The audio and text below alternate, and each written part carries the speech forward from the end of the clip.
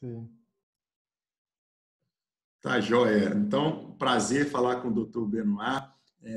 Nós vamos falar rapidamente um pouco sobre discriminação. Obviamente, o tempo é curto, mas é só para despertar o interesse de todo mundo sobre o assunto. Queria que o Dr. Benoit se apresentasse, falasse um pouco aí sobre o assunto. Bom dia, obrigado. Eu sou Benoit, eu sou psicanalista, eu sou francês, mas estou trabalhando aqui no Brasil, faz já quase 3 anos agora. Então, é uma questão, um assunto muito interessante, muito complexo. O que eu vou fazer é só colocar alguns pontos assim, espontaneamente, o que vem na minha cabeça a partir disso.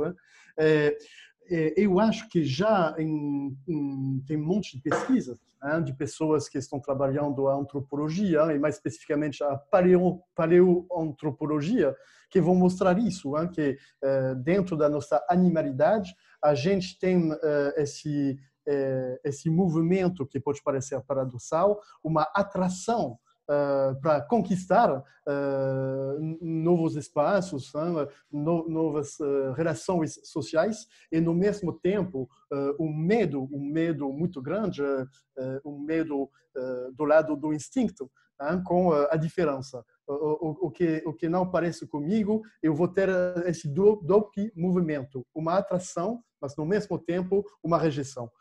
E uma coisa muito esquisita, mas que é presente desde o início, na verdade, que a gente sabe da nossa humanidade. Tem um ponto que me parece importante, é essa questão da imitação. A imitação. A gente tem uma propensão muito grande com a questão da imitação. E o que vai provocar a possibilidade de uma imitação é quando o outro parece comigo. Tem pesquisadores do norte da Europa, da Suécia, que estão fazendo um trabalho fantástico sobre isso, para mostrar que uma criança, um nenê de 6 meses, quando ele vai perceber, o nenê, que o adulto, que ele não conhece, está tentando imitar ele mesmo, o nenê, o adulto tenta imitar o nenê vai ter a priori muito positivo. Ele vai aceitar entrar em interações. Se o adulto estrangeiro que ele não conhece não faz isso, o nenê a priori vai ter um medo, uma rejeição. Vocês sabem disso provavelmente. Tem um neurólogo italiano que se chama Ferrari, como carro. Ferrari, em 1990 ou 91, eu esqueci, ele vai descobrir uma coisa incrível, que é o neurônio espelho. O que é isso, o neurônio espelho? O nenê vai olhar mamãe. E mamãe vai falar sobre como fazer uma receita de cozinha, fazer um bolo.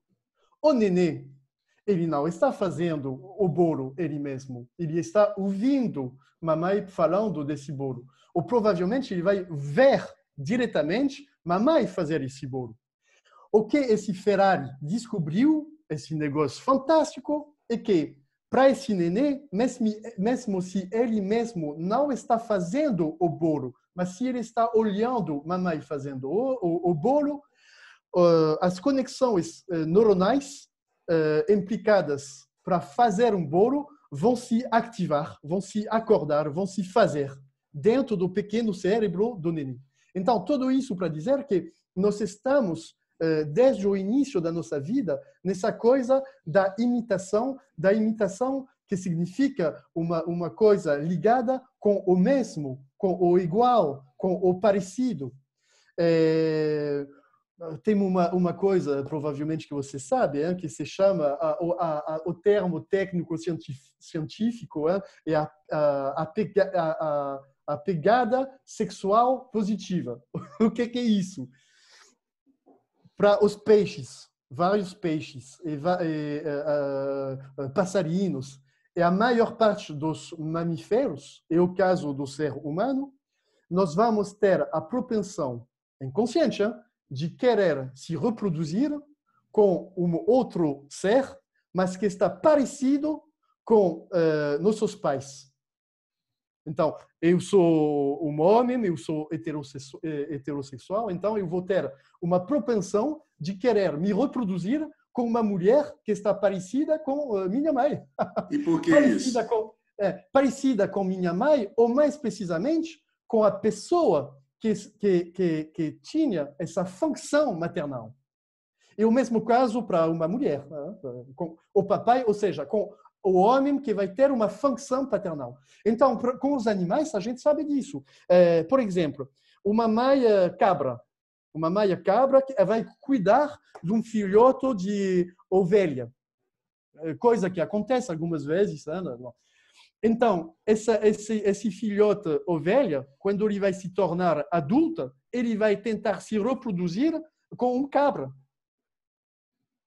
Tem essa coisa. Então, isso mostra a nossa atração natural para a coisa parecida, a coisa com quem eu posso me identificar. A partir de quê? A partir da imitação.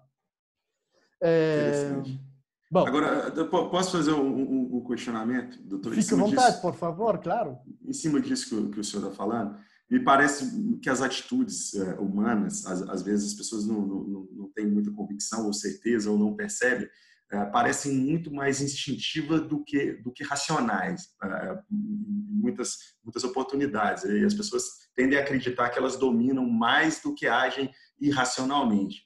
E em cima disso, aí eu pergunto, seria possível, porque no direito a gente trabalha com uma ciência altamente subjetiva e imagina, acredita, pensa, trabalha, modifica normas, pensando numa possível igualdade futura, um mundo sem discriminação, o que me faz acreditar que seria um mundo sem disputas. E a gente sabe que no mundo animal isso é absolutamente inviável, impossível. E nós também, como seres animais, né, porém racionais, mas racionais em pequena dose, seria possível atingir esse mundo ideal em que não houvesse discriminação nenhuma, que me parece que afastaria um pouco da questão da disputa, porque discriminação também tem a ver com disputa, me parece. Seria possível isso que todo mundo fala tanto e acredita e sonha? Bom, já, primeiro ponto que você mencionou, que me parece super pertinente, eu concordo com você, a dimensão inconsciente, a dimensão instintiva, a dimensão fora do controle consciente está muito forte. É isso que está orientando uma grande parte dos nossos comportamentos, das nossas escolhas, das nossas decisões. Bom, mesmo se a pessoa pensa o contrário, tem um monte de pesquisas que estão mostrando isso. Sobre esse segundo ponto, eu acho que o conflito faz parte da nossa natureza, do ser humano. Tem uma noção latina que eu gosto muito, que é o disputatio, se chama assim. Então, é essa arte de dialectizar o conflito, de conseguir achar não o desafio não seria de matar o conflito, de matar as tensões, mas de achar uma certa ética, um certo saber fazer juntos para tornar esse conflito não uma coisa só do lado da destruição, da morte, da pulsão de morte, mas do lado de uma construção possível.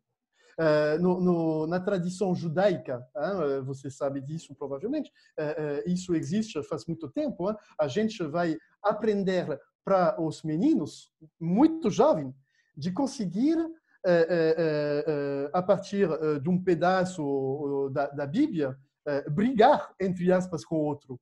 Mas não brigar de uma maneira feia, de uma maneira do lado da morte, mas não, com uma dimensão construtiva.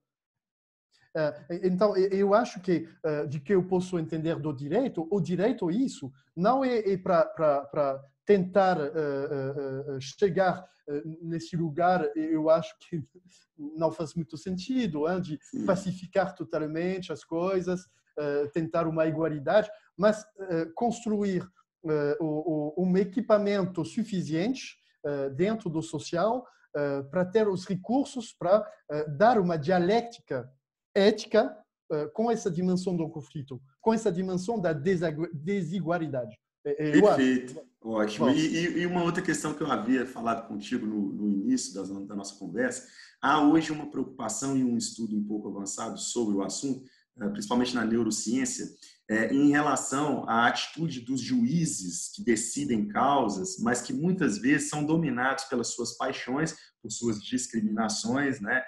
Digamos ali, vamos colocar de uma forma bem grosseira, um torcedor do Atlético julgando uma ação contra o Cruzeiro, um juiz, né?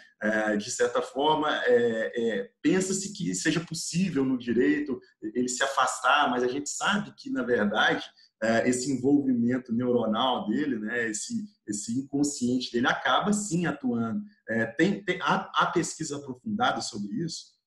Bom, tem esse elemento bem básico, é que a discriminação, no sentido próprio da palavra, faz parte de uma coisa totalmente natural.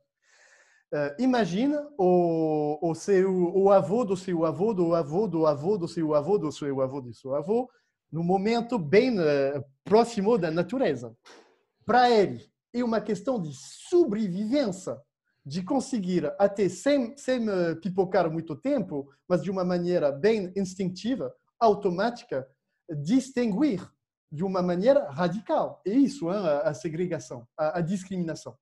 Então, eu vou precisar escalar uma árvore para comer frutas.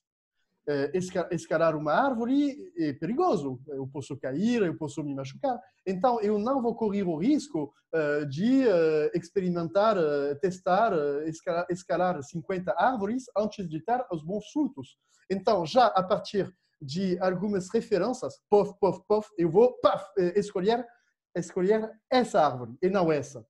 A partir de quê? A partir de projeções, que podem ser, algumas vezes, desvios. A gente sabe disso. Neurologicamente, a gente está cheio de desvios. A gente vai nomear isso desvios. Então, tem um monte de coisas que vão provocar isso, que o nosso próprio mente vai mentir para nós mesmos. E uma coisa que a gente conhece muito bem, a discriminação, uma criança muito jovem sabe ver se nesse prato tem mais doces que nesse prato e vai escolher o prato com mais doces. Mas isso é muito simples.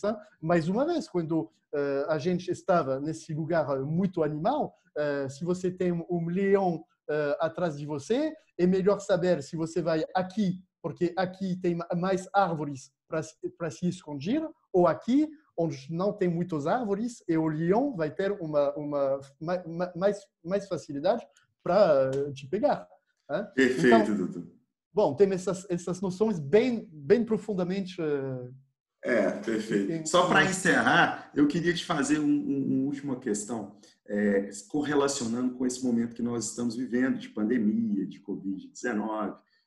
Há várias percepções sobre o assunto, opiniões divergentes. Algumas questões parecem claras e indiscutíveis, que provavelmente a taxa de desemprego deve aumentar em resultado desta pandemia, né? E as tensões, porque muita gente está sendo jogada para o mercado informal. Uber, muita gente trabalhando como Uber, como mototáxi, algumas pessoas estão perdendo o emprego e estão tendo que se reinventar na iniciativa privada, abrindo algum negócio, trabalhando como ambulante, ou seja lá, qualquer outra forma que a pessoa trabalhe sem uma carteira assinada. Me parece que o mercado ele tende a se tornar um pouco mais competitivo do que o normal e com muitas pessoas disputando na base, subempregos, né? E, além do mais, de certa forma, todo o prejuízo mental que essa pandemia vai gerar também, né? Consequências mentais que muito provavelmente serão profundas. Deve estar havendo uma taxa de suicídio maior do que o normal nesse período, não é divulgado, né? Então, eu pergunto, considerando aí essa questão trabalhista de alta taxa de desemprego, considerando essas questões das disputas na base, com pessoas mais humildes, né? Pergunto ao senhor, haverá entre eles uma guerra, há uma discussão sobre sentimento de disputa alavancando tensões, ou é possível que a gente consiga galgar um caminho mais tranquilo, mais suave pós-pandemia? Qual que é o cenário que o senhor vislumbra? Bom, é uma pergunta bem interessante. Primeiramente, você tem totalmente razão. Eu estou acompanhando, eu sou psicanalista, eu tenho pacientes daqui do Brasil, mas de vários lugares do mundo também, estou trabalhando online, e estou acompanhando muitos psicanalistas num trabalho de supervisão, de controle. Então, com o narrativo desses colegas, de pessoas de vários continentes, eu tenho uma visão dos efeitos dramáticos dessa crise que a gente está vivendo sobre as subjetividades. Nós estamos vivendo um tempo de crise. E uma crise, você sabe provavelmente disso, a etimologia, claro, significa o ponto mais forte de uma doença, mas etimologicamente falando, essa palavra significa o momento da escolha. Então, é um momento para fazer escolhas sobre um plano pessoal e também coletivo. Agora, o problema é que, para conseguir fazer essas escolhas, a gente precisa conseguir se reinventar. Eu sou psicanalista, eu estou precisando reinventar a minha maneira de clinicar. Eu não posso ficar no meu consultório como antes, tranquila. Não é possível. A gente precisa se reinventar. Agora, tem, sem dúvida, pessoas com mais recursos para conseguir se reinventar que outras pessoas. Tem pessoas que não vão ter os recursos sociais, profissionais, cognitivos, afetivos, para conseguir, com sucesso, se reinventar. Qual vai ser o que vai acontecer sobre um plano social? Com todas essas reinvenções que vão ter um sucesso pessoal ou não. Para isso, tem uma noção que me parece muito interessante, que o Sigmund Freud, desenvolveu. Ele está trabalhando num texto essa questão do racismo. O que é o racismo? Por que tem um racismo? E a hipótese dele, que eu acho super interessante, é que ele fala que, na verdade, o racismo não é tanto com a pessoa que está totalmente diferente. A pessoa totalmente diferente é suficientemente diferente para não provocar em mim uma raiva, um ódio. Mas o racismo está provocado com a pessoa que faz parte da minha comunidade, mas que tem, no mesmo tempo que ele parece comigo, um traço, uma marca de distinção. Então, é esse sujeito que, no mesmo tempo, faz parte da comunidade, mas não exatamente. Tem essa sensação de estranheza. Estrangeiro e estranheza é a mesma origem etimológica. Então, ele fala disso, dessa necessidade para uma comunidade de ter um grupo que a gente vai conseguir nomear, que vai ser esse grupo como designado como fazendo parte do conjunto, mas não totalmente. Ele explica essa raiva, esse ódio, essa destruição do judaico como assim. O judaico faz parte da comunidade humana? Sim, mas provavelmente não tanto. Você sabe disso? Na França tem muitas pessoas que estão com uma origem da Algéria ou de Marrocos. E Jean-Marie Le Pen, o pai de Marine Le Pen, que era um político de extrema direita, muito racista, ele falou isso. As pessoas da Algéria, eu não tenho nenhum problema com eles, mas se eles estão ficando no país deles, eu tenho um problema com eles se eles estão dentro da minha comunidade. A gente tem essa propensão. Então, com essa crise, provavelmente vai ter uma reorganização do discurso para dizer quem está fazendo parte da comunidade, quem está fazendo parte de fora da comunidade e quem vai ocupar esse papel de fazer parte dessa comunidade, mas com essa posição de estranheza. E isso, a facilidade do discurso político, e provavelmente isso está acontecendo hoje em dia, com a política assustadora do país, do Brasil, de desenhar esse grupo como o grupo que a gente precisa destruir para conseguir gozar tranquilamente. Verdade. Doutor, assim, o papo é maravilhoso. O senhor tem uma locução maravilhosa, embora francês, né, com um português impecável. Seria interessante a gente alongar, mas infelizmente a gente é curto o tempo. E assim, queria te agradecer muito por essa oportunidade de te conhecer e de falar um pouquinho sobre discriminação. É um tema que nós vamos falar sem conhecimento técnico médico, mas falando sobre questões do direito, o que pode ser feito, o que já temos em mãos, né?